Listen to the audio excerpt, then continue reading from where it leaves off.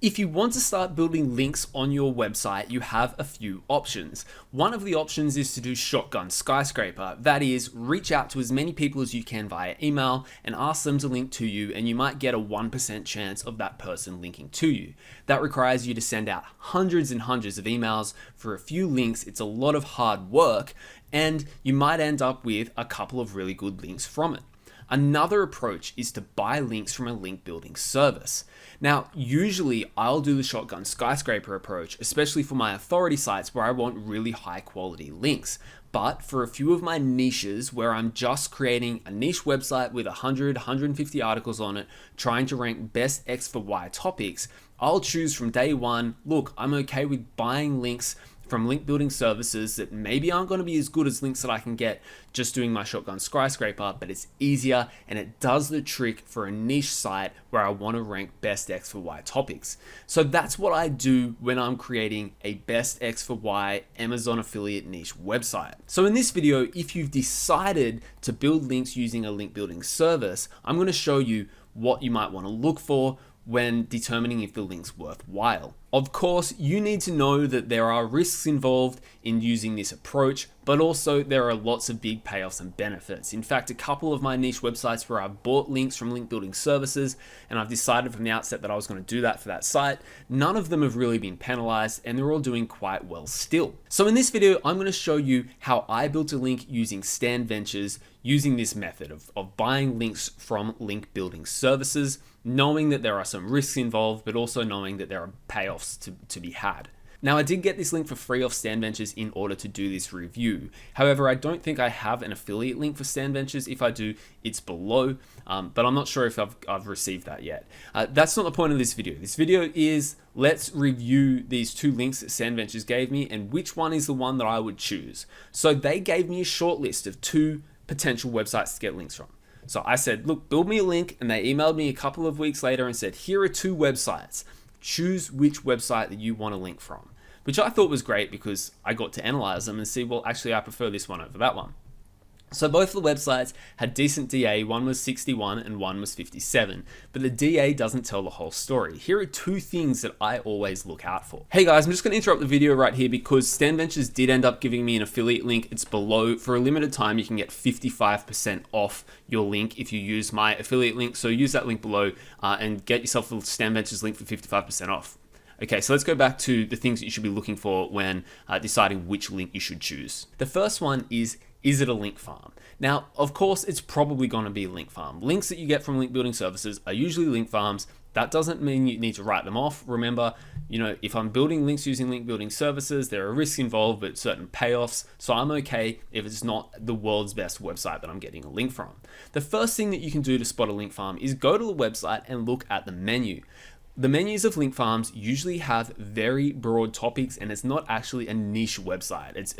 It covers every single niche. So here are two examples. You can see at the top here, automotive, business, entertainment, fashion, home improvement, health, education, kitchen, technology. Literally every single niche possible is listed in this website's menu. It's obviously a link farm. They're trying to get links, and they're trying to give out links to every single niche there is on the web. Again, below here, we've got home, outdoor living, wellness, and work and business. Usually, if you were to build a niche website, you would choose a niche. You would choose home, or you would choose outdoor living, or you'd choose wellness, right? You wouldn't cover every possible niche, but link farms do cover every possible niche in order to link out to as many possible people. So that's a really easy tell. If we look at the links from the two websites that I got offered from StanVentures, you can see the first one covers home improvement, gardening, and real estate. That gives me, it's sort of like, yeah, it probably is a link farm. I knew it was probably going to be anyway.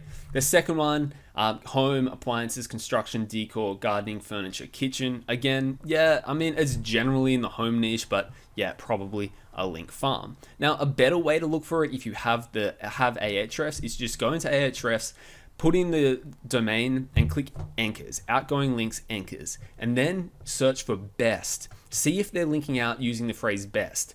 And as expected, one of these ones that they offered to get a link from: best outdoor curtains, best home water system, best end mills, best mattresses, best portable air conditioner, etc. They are linking out using the phrase best because someone's paid them to link to them saying the phrase best. So we can say that both of these websites are link farms. That doesn't matter. I knew that they were going to be.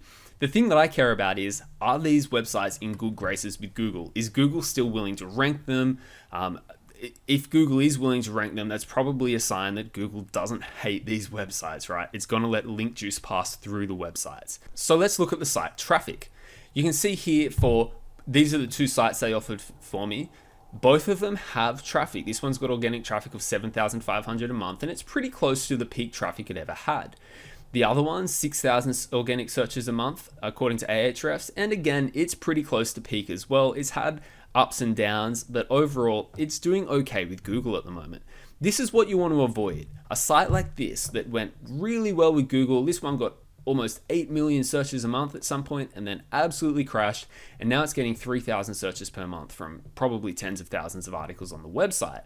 Now, this is the sort of website that the person goes, look, I tried to build a website. I used probably shady means to build up the website. Google hit me with a penalty. It's plummeted my traffic. What am I going to do with this high DA website that has zero traffic? I know, I'll turn it into a link farm, but that's the sort of one that you want to avoid. This one's probably got a DR of maybe 70 or 80, but it's getting no traffic. It's not in Google's good graces, and it's probably not going to pass link juice. So you want to choose a site like these previous ones where there is still traffic. It's toward the peak of its traffic in its lifetime. So Google hasn't hit it with a manual penalty, and it's probably therefore still going to pass link juice for you. So I chose the one with DA of 57. So it had a lower DA than the other one, but I thought it was a little bit better. So I chose the lower DA one to get a link from. And then I asked them to build a link. This is the guest post that I ended up getting.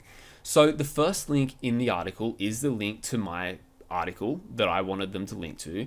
And they used the keyword, the anchor text that I wanted, which was flowers out of water.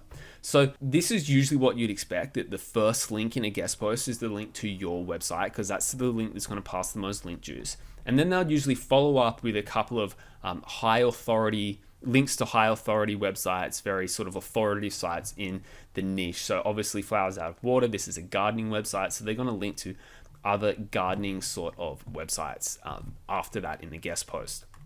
The guest post is about 828 words long, around about what you'd expect. They probably wrote it using Jasper or something. That's perfectly fine, whatever. So overall, was the link worth it? I think it probably was worth it if I was choosing to create a website that was going to use link farms to help build up my best X for Y articles. And if I know from the very beginning that I'm going to build links using paid for links, that's fine, whatever. I'm happy with that. The two websites that they offered me had decent traffic metrics. It didn't look like they'd been hit with penalties. They were link farms, but that's the price you pay when you are buying links through link farms. A quick comparison to other services that I've used. I actually didn't mind StanVentures. I would say it was probably a bit better than RhinoRank from my experiences. Against the Hoth is so much more expensive than StanVentures. I'm not even going to touch the Hoth because it's so expensive. But versus my own skyscraper campaigns, I can get better links via skyscraper outreach myself, but it is so much hard work that it's barely even worth it. So that's kind of where it sits. It's pretty decent for a link building service that you're going to pay them to provide links from link farms, especially because they let you choose the link before the link is actually placed. So I was pretty happy with it overall. It's what I would expect from a link building service. Okay, so the next part of this video, I'm going to show you, if you want to start using a link building service like this to build links, what are some good ideas about where to place the links? Well, that really depends. It's a very subjective thing. For me, this is something that I often do. I'll usually try to find an article on my website that is getting some commissions and sort of sitting there around about the middle of page 1 or on page 2. So this is, for example, $66 in commissions for the past month for this website that I own.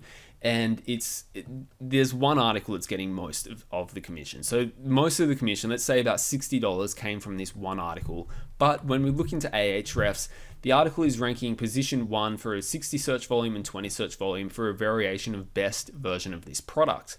But I'm ranked number 5th with 60 search volume here for best professional version of this product, and 17th for that big one, 700 search volume for best of the product. So there is scope for this one article to rank a lot higher, especially if I use the word professional a little bit more on my on-page SEO, and if maybe I send a link to it with the anchor text professional.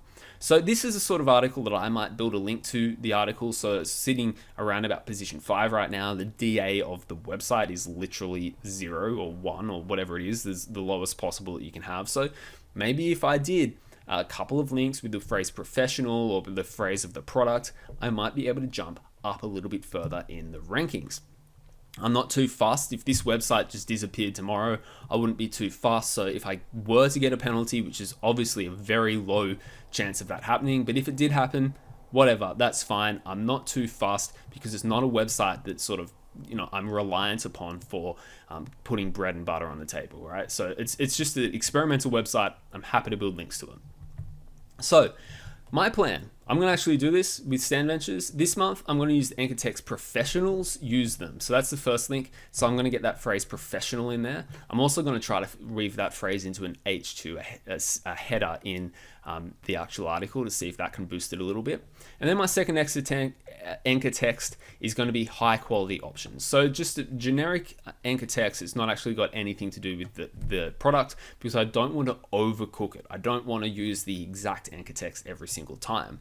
Then next month, I'm going to do 2 more links. This review, so again, just generic text. It's not going to, that's just to dilute the anchor text a little bit. So I'm not always saying best product in all the anchor links. And then my anchor text number 4, some, and then the product. The product isn't drop source, but I'm just going to say some and then the product there. And then hopefully with 4 new inbound links and with the phrase of the product and some keyword modifiers in some of the links, hopefully that'll send some messages to Google. Okay, this article's starting to get a few links from other websites around the web, and those anchor text does have these certain phrases that I'm trying to rank for in them. Hopefully that'll help push this article up a little bit in the SERPs over the next few months, and hopefully I'll get that commission, that $66 per month, up to maybe $200-300 per month because I'm ranking higher for additional keywords. So overall, do I think link building's right for everyone? Probably not. If you do choose to do link building like this, I showed you using StanVentures a couple of options, how to go sort of navigate StanVentures to make sure you're getting links that are pretty decent. The 2 that StanVentures offered me, both were pretty decent. They weren't articles or websites that were punished by sort of manual reviews by Google, so that was good. They were both getting sort of close to the maximum traffic they've ever gotten, so they're probably still in Google's good graces. Yes, they are link farms, but that's what you're going to expect. It's just as good as any other link building service out there. So yeah, I'm going to try it again for one of my other websites and see whether or not I can actually start ranking for several of these keywords.